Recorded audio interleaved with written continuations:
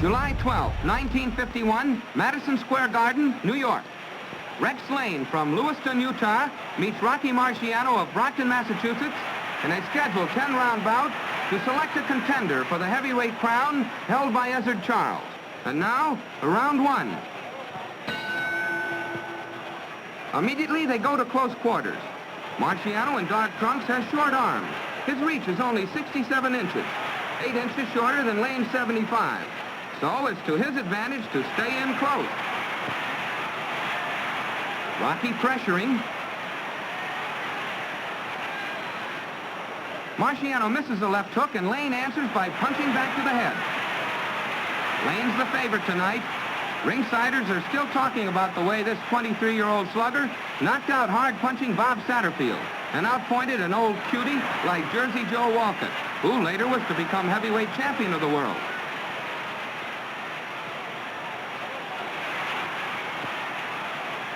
Layne tries a right to the head. That's his most damaging punch. Watch him and you'll see him throw that right again. And again.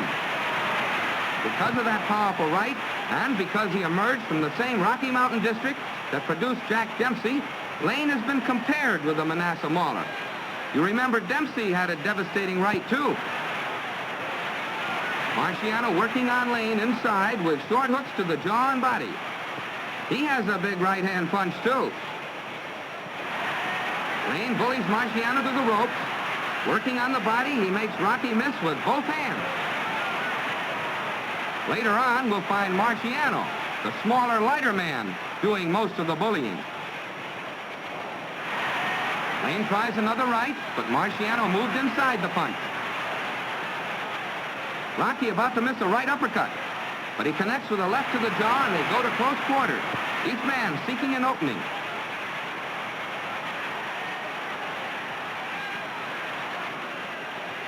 Have you noticed Layne is carrying a bit of excess suet?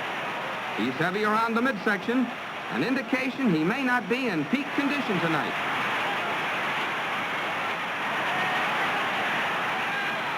Watch this left to the jaw by Marciano. At this stage in his career, Rocky was mostly a right-hand puncher, but trainer Charlie Goldman has been at work, developing the slugger's left, and later in Marciano's career, it became a potent weapon. Most of the fighting at short range. There's Layne getting off, as they say in the trade. But you see Marciano well covered, well protected.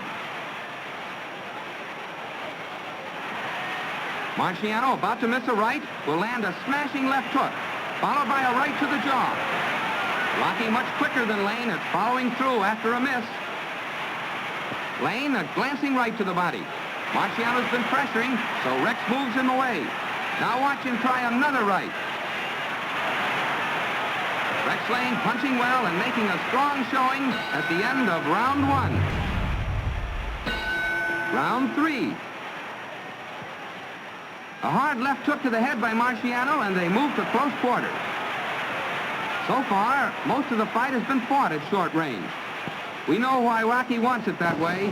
He has short arms. Apparently, Rex has been instructed to stay in close, too, in order to keep Marciano's long-range guns at a disadvantage. A long overhand right by the Brockton strong boy opened a gash over Layne's left eye. You notice Layne has been fighting from a more pronounced straight-up stance. He has a broad back and heavy legs. Marciano has heavy legs, too. He was a football player in high school and had a tryout as a big league catcher. He says he would have remained in baseball, but his arm went sour. Yet there's nothing wrong with the way he's winging his right tonight. Watch. Marciano's left hook to the jaw forces Layne to the rope. A right uppercut by Rocky before Rex fights his way back and holds. Layne crowding, pushing. See how they keep crowding each other? Neither one giving the other man much room to punch.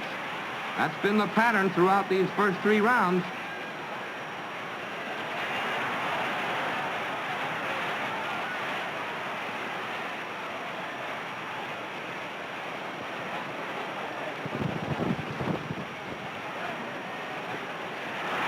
A good left uppercut, followed by a right, staggers Layne. keep watching for some of the best action of the fight so far.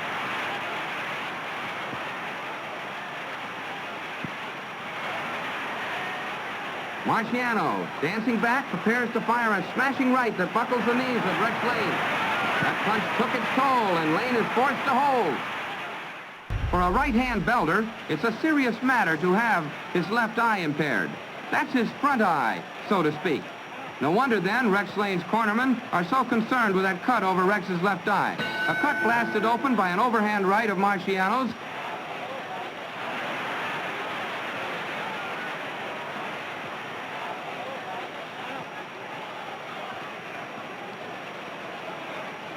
Layne backs Marciano to the ropes, but you see, he fails to land a single punch.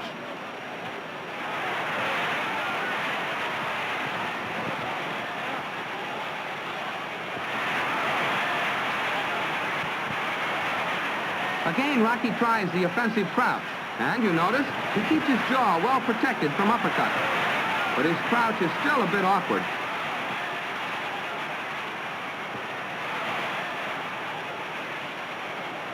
Marciano wings a right that throws him off balance. So far in the fight, he's been missing most of his long-range shots, but that right is the weapon that spells trouble for Layne.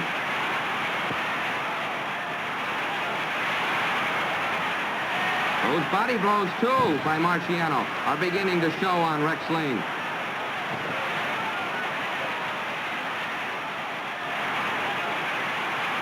Plenty of target for Marciano to shoot at. That Layne's a big, broad boy.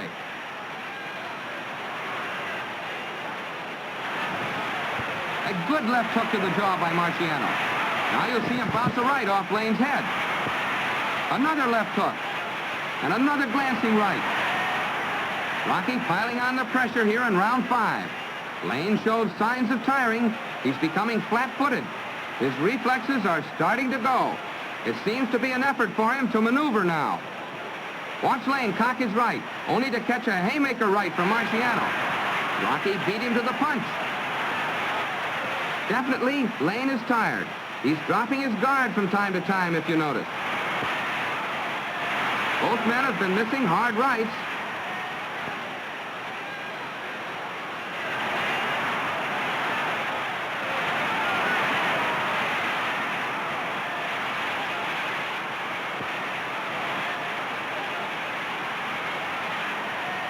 Mark Kahn, the referee. Watch Marciano wind up a right, then change his mind and shoot in a left. It missed. Rocky still hasn't learned how to handle that left. Trainer Goldman rubs Marciano's neck and sends him out for round 6, destined to be the final frame in this scheduled 10-round bout to establish a contender for the heavyweight crown. Layne's tired. He's completely flat-footed now. The cumulative effect of Rocky's punches have brought him to the verge of collapse. Rocky jabs with his left, and here it comes. You'll see Marciano fire a long-range right that stuns Rex Layne, and then he crumples forward to the canvas.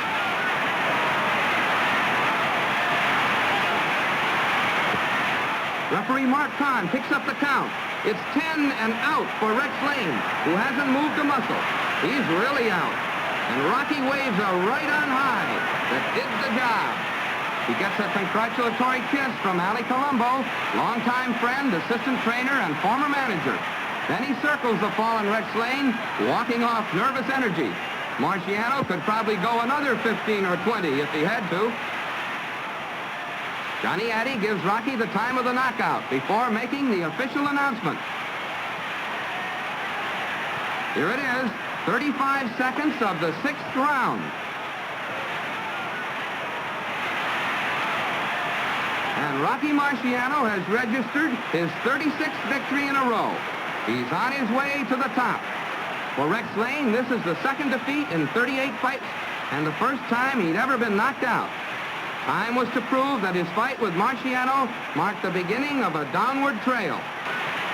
July 12th, 1951. This was the big fight of 12,500 in the Garden that night. Some 3,000, nearly 25%, followed their Rocky from his hometown of Brockton, Massachusetts, to cheer their hero in a victory they knew was certain. They shouted his name. They praised him.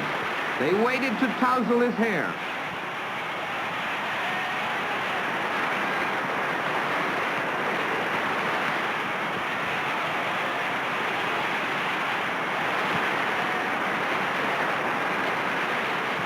Some even grappled with the police.